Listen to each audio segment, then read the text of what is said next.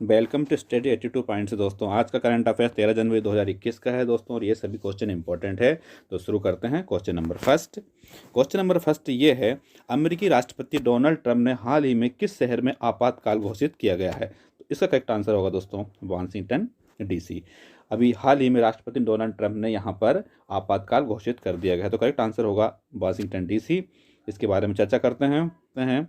अमेरिकी राष्ट्रपति Donald Trump ने 20 जनवरी 2021 को नए राष्ट्रपति के अपना कार्यभार ग्रहण करने से पहले वाशिंगटन डीसी में आपातकाल की स्थिति घोषित कर दी थी। आपातकाल की यह घोषणा ट्रंप समर्थकों द्वारा 6 जनवरी 2021 को यूएस कैपिटल भवन की सुरक्षा भंग करने के बाद में हुई है।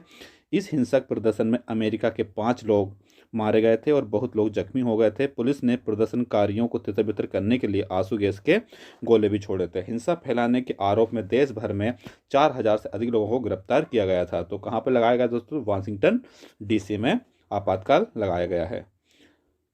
इमेज में आप देख सकते हो, ये पूर्व राष्ट्रपति डोनाल्ड ट्रंप की तस्वीर है। बात करें क्वेश्चन नंबर 2 की।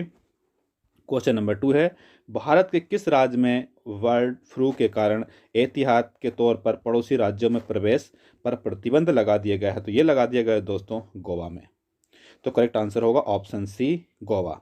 गोवा में दोस्तों यहाँ पर बर्ड फ्लू के कारण इन पड़ोसी राज्यों में प्रवेश पर प्रतिबंध लगा दिया गया है गोवा ने। बात करें गोवा की, तो दोस्तों गोवा भारत के कई राज्यों में इस सोमवार को सैकड़ों पक्षी बर्ड फ्लू की वजह से मृत पाए गए हैं। केंद्र सरकार ने भारत के 10 राज्यों में अब तक बर्ड फ्लू फैलने की पुष्टि की है। इसलिए गोवा राज्य की सरकार ने देश के कई राज्यों में बर्ड फ्लू के अनेक मामलों को देखते हुए एहतियात के तौर पर पड़ोसी राज्यों से अपने राज्य में मुर्गों के प्रवेश पर प्रतिबंध पूरी तरह से लगा दिया गया है। गोवा के मुख्यमंत्री, नाम है इनका प्रमोद सावंत, ने इस प्रतिबंध का ऐलान किया है। प्रधानमंत्री मोदी ने भी देश के सभी राज्यों को बर्ड फ्लू के मद्देनजर पूरी सावधानी और निगरानी रखने के लिए निर्देश दिए गए हैं। तो करेक्ट आंसर होगा दोस्तों गोवा। बात करें गोवा की, तो गोवा क्षेत्रफल के अनुसार भारत का सबसे छोटा और जनसंख्या के अनुसार चौथा सबसे छोटा राज्य है। पूरी दुनिया में गोवा अपने सुंदर समुद्र के किनारों और प्रसिद्ध स्थापत्य के लिए जाना जाता है। गोवा पहले पुर्तगाल का एक उपनिवेश था। बात करें यहाँ के गोवा के गवर्नर की, तो इनके गवर्नर साहब का नाम है भगत सिंह कोश्यारी। राजधानी यहाँ की पणजी है और मुख्यमंत्री यहाँ के प्रमोद सावंत है। आई होप आपको क्लियर हुआ होगा। बात करते क्वेश्चन नंबर 3 की। नंबर 3 है, ट्रंप के महाभियोग पर अमेरिकी हाउस ऑफ डेमोक्रेट्स में वोटिंग कब होगी? तो आज 13 जनवरी है, तो दोस्तों ये 13 जनवरी को वोटिंग होगी। तो इसका करेक्ट आंसर होगा दोस्तों 13 जनवरी। बात करें अमेरिका के हाउस ऑफ डेमोक्रेट ने 13 जनवरी 2021 को राष्ट्रपति Donald Trump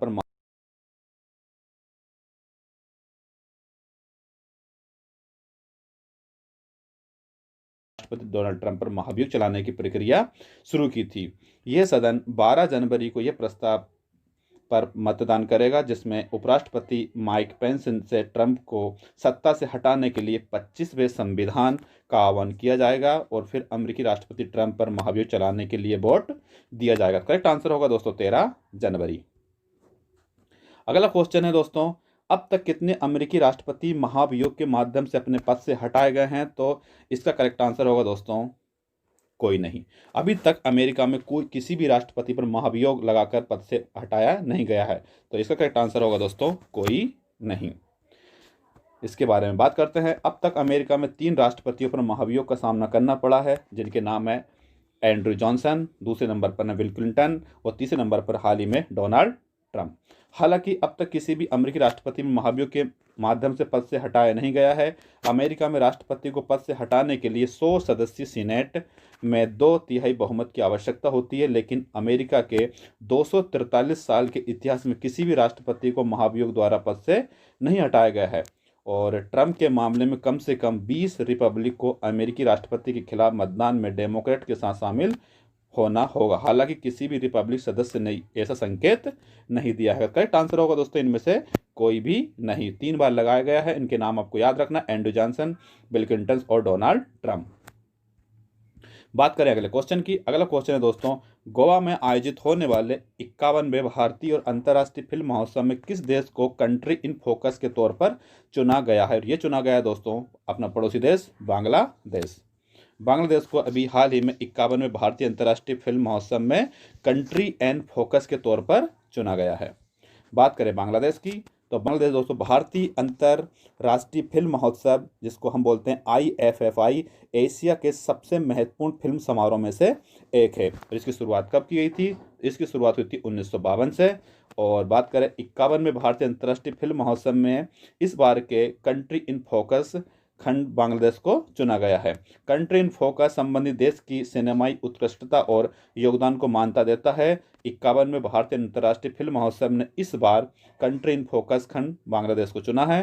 country in focus संबंधी देश की सिनेमाई उत्कृष्टता और योगदान को मान्यता देता है। यह महोत्सव का 51वां संस्करण है और ये कब से कब तक चलेगा? ये चलेगा 16 से 24 जनवरी 2021 तक आयोजित होगा गोवा में। आपको ये फैक्ट्स याद रखना है।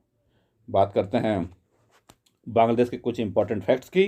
तो हाल ही में बांग्लादेश के विदेश मंत्री, आपको याद रखना है, डॉक्टर AK अब्दुल मोमेन स्पष्ट किया है कि बांग्लादेश और भारत के बीच स्वाधीनता सड़क कब से चालू हो जाएगी? ये चालू हो जाएगी दोस्तों 21 मार्च 2021 से ये सड़क चालू हो जाएगी। दूसरा फैक्ट है गुरुदेव रविन्द्रनाथ ठाकुर विश्व के एकमात्र व्यक्ति है जिनकी रचना को एक से अधिक देशों में क्रमशः भारत और बांग्लादेश में राष्ट्रगान का दर्जा प्राप्त है। और उनकी कविता है आमान सोनार, जो कि बांग्ला में है और बांग्लादेश का ये राष्ट्रगान है। अगला फैक्ट है बांग्लादेश ने अपनी मूल भाषा के रूप में 98 से अधिक बंगाली भाषा बोलते हैं, जो यहाँ की एक आधिकारिक भाषा है। और बांग्लादेश की संसद को हम बोलते हैं जातीय संसद, और इसके 300 सदस्य प्रत्यक्ष मतदान द्वारा चुनकर आते हैं। बांग्लादेश का राज्य पशु है बाघ, और ये देश गुलाबी मोती के लिए प्रसिद्ध है। और अगला फैक्ट है विश्व का सबसे बड़ा उत्पादक जूट है बांग्लादेश। प्राकृतिक जूट सबसे ज़्यादा होता है, विश्व का सबसे ज़्यादा जूट प्राकृतिक जूट होता है वो होता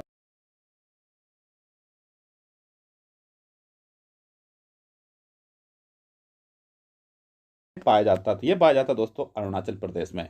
अरुणाचल प्रदेश में अभी हाल ही में ये दुर्लभ धातु वेनेडियम पाया जाता है। तो इसका एक आंसर होगा दोस्तों अरुणाचल प्रदेश। अरुणाचल प्रदेश दोस्तों भारतीय भूवैज्ञानिक सर्वेक्षण GSI ने अरुणाचल प्रदेश के पापुम पारे जिले में पेलियो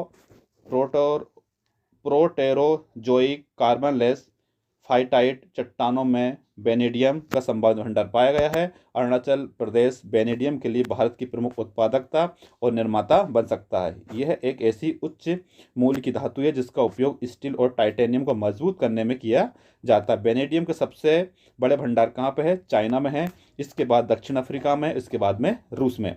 भारतीय खान ब्यूरो के अनुसार भारत में वेनेडियम धातु का कुल अनुमानित भंडार इतना हो सकता है 24.63 मिलियन टन यहाँ का अनुमानित भंडार है। याद रखना वेनेडियम धातु कहाँ मिली है? अरुणाचल प्रदेश में। बात करें अरुणाचल प्रदेश की, तो अरुणाचल प्रदेश की राजधानी ईटानगर है और ईटानगर जो है सबसे बड़ा शहर है। यहाँ घनत्व है 17 किलोमीटर 17 लोग प्रति वर्ग किलोमीटर। जिले बताएं आपके, तो 25 जिले हैं यहाँ पे। और यहाँ की राजभाषा वो है अंग्रेजी। गठन हुआ है इसका 20 फरवरी 1987 को। सरकार यहाँ अरुणाचल प्रदेश की सरकार है। राज्यपाल यहाँ के BD मिश्रा जी हैं और मुख्यमंत्री पेमा खांडू है। उच्च न्यायालय यहाँ पर गुवाहाटी है, असम गुवाहाटी उच्च न्यायालय है। लेकिन यहाँ खंडपीठ कौन सी लगती है? ईटानगर, जो कि एक खंडपीठ है। बात करें अगले क्वेश्चन की। अगला क्वेश्चन है दोस्तों 17 जनवरी को कौन सी अंतरिक्ष एजेंसी दुनिया का सबसे शक्तिशाली रॉकेट लॉन्च करेगी? आपको यह बताना। तो इसका करेक्ट आंसर होगा दोस्तों नासा। नासा 17 जनवरी को एक सबसे शक्तिशाली रॉकेट लॉन्च करेगी। नासा के बारे में चर्चा करते हैं। नासा जो है दोस्तों 17 जनवरी 2021 को दुनिया का सबसे शक्तिशाली रॉकेट लॉन्च करने के लिए बिल्कुल तैयार है। और नासा ने इसे स्पेस लॉन्च सिस्टम का नाम दिया है। और यह स्पेस लॉन्च सिस्टम, जो कि स्पेस लॉन्च सिस्टम अथवा इसको बोलते हैं SLC, दरअसल एक अमेरिकी प्रक्षेपण यान रॉकेट है। इस रॉकेट का उपयोग चंद्रमा की सतह पर पहली महिला और अगले आदमी को उतारने के लिए किया जाएगा। और यह नासा की गहन अंतरिक्ष खोज योजनाओं का प्रमुख लॉन्च वाहन होगा, जिसमें आर्टेमिस कार्यक्रम की योजनाबद्ध चालक दल की उड़ानें और इसके बाद मंगल पर मानव मिशन इसमें शामिल होगा। करेक्ट आंसर है नासा। अगला क्वेश्चन पर चलते हैं दोस्तों। अगला क्वेश्चन है वन प्लेनेट समिट इस वर्ष कब आयोजित किया गया है, और ये किया गया है दोस्तों 11 जनवरी को। ऑप्शन बी इसका राइट आंसर होगा। 11 जनवरी वन प्लेनेट समिट इस वर्ष 11 जनवरी 2021 को आयोजित की गई है। ये शिखर सम्मेलन जो कि अंतर्राष्ट्रीय स्तर पर आयोजित किया जाता है। इसका उद्देश्य क्या है? इसका उद्देश्य दोस्तों प्रकृति और पारिस्थितिक तंत्र की सुरक्षा को आगे बढ़ाना है, और इसलिए वन प्लेनेट समिट की पारिस्थितिक प्रणालियों की रक्षा के लिए जैव विविधता पर ध्यान केंद्रित किया गया है। और यह शिखर सम्मेलन नवाचार और अर्थव्यवस्था के साथ संयुक्त पर्यावरण और जलवायु संरक्षण को भी मापेगा। ऐतिहासिक पेरिस समझौते के 2 साल बाद पहला वन प्लेनेट शिखर सम्मेलन 2017 में आयोजित किया था, जिसमें 12 अंतर्राष्ट्रीय प्रतिबद्धताओं का अपनाया गया। तो करेक्ट आंसर होगा दोस्तों 11 जनवरी। अब सुपर फास्ट रिवीजन है दोस्तों। पहला क्वेश्चन है भारत के केंद्रीय मंत्री डॉक्टर हर्षवर्धन ने जिस तटीय अन्वेषण वाहन को राष्ट्र को समर्पित किया उसका नाम आपको बताना है। उसका नाम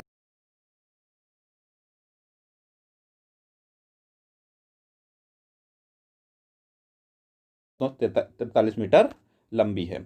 और क्वेश्चन नंबर 2 है नए अमेरिकी राष्ट्रपति जो बिडेन किस तारीख को अपना कार्यभार संभालेंगे। तो ये 20 जनवरी 2021 को अमेरिका के नए राष्ट्रपति के रूप में अपने कार्यभार को संभालेंगे। बात करें अगले क्वेश्चन की। क्वेश्चन नंबर 3 है भारत और चीन के बीच गलवान वैली झड़प किस तारीख को हुई थी। ये हुई थी दोस्तों 15 जून 2020 को भारत और चीन के बीच में ये झड़प हुई थी। आपको इसकी तारीख याद करना है। कौन सी तारीख है? 15 जून 2020। चौथा नंबर क्वेश्चन है भारत के 51वें अंतर्राष्ट्रीय फिल्म महोत्सव में जिस देश को कंट्री इन फोकस चुना गया है वो चुना गया है दोस्तों बांग्लादेश को। आयोजित कहाँ हो रहा है? तो ये हो रहा है गोवा में। और कंट्री इन फोकस किसको चुना गया है? ये चुना गया है पड़ोसी देश बांग्लादेश को। बात करें अगले क्वेश्चन की। गोवा में आयोजित होने वाला भारत का 51वां अंतर्राष्ट्रीय फिल्म महोत्सव किस तारीख को समाप्त होगा? आपको बताना है किस तारीख को समाप्त होगा। ये होगा दोस्तों 24 जनवरी 2021 को ये समाप्त होगा। अगला क्वेश्चन कारगिल लद्दाख में आयोजित खेलो इंडिया आइस हॉकी टूर्नामेंट में खेलने वाली कुल टीमें कितनी है? तो यहाँ जो खेलेगी टीमें वो 13 टीमें खेलेगी। कौन सा गेम है? यह है दोस्तों आइस हॉकी टूर्नामेंट। बात करते हैं क्वेश्चन नंबर 7 की। खेलो इंडिया आइस हॉकी टूर्नामेंट में खेलने वाले महिला और पुरुष टीमें कितनी है? तो महिलाओं की 2 टीमें हैं और 11 पुरुषों की टीमें हैं। अगला क्वेश्चन है 8वां क्वेश्चन। भारत के जिस राज्य में बर्ड फ्लू के कारण एहतियात के तौर पर पड़ोसी राज्यों में प्रवेश पर प्रतिबंध लगा दिया गया है, तो कौन सा राज्य है? यह है दोस्तों गोवा। गोवा ने अभी हाल ही में प्रतिबंध लगा दिया गया है पड़ोसी राज्यों के आने पर। और क्वेश्चन नंबर 9 है दोस्तों दुर्लभ धातु वेनेडियम जिस भारतीय राज्य में पाया जाता है। ये पाया जाता है आपको बताया था आपको अरुणाचल प्रदेश में यह पाया जाता है। अगला क्वेश्चन है हाल ही में श्री विजय एयरलाइन का विमान दुर्घटनाग्रस्त हुआ, ये किस देश का था? तो ये था इंडोनेशिया का। अभी हाल ही में दुर्घटनाग्रस्त हुआ था और यह श्री विजय एयरलाइंस का विमान था। करेक्ट आंसर होगा इसका इंडोनेशिया। तो दोस्तों ये इंपॉर्टेंट क्वेश्चन थे। आप इस वीडियो की PDF में टेलीग्राम पर शेयर कर दूंगा और मेरा फेसबुक पेज पर आप मुझे फॉलो कर सकते हैं। और वीडियो पसंद आए दोस्तों सभी से रिक्वेस्ट है कि लाइक करें शेयर करें। फिर मिलता हूं मैं आपको नेक्स्ट वीडियो में। जब तक के लिए वंदे मातरम। Thank you. जय हिंद।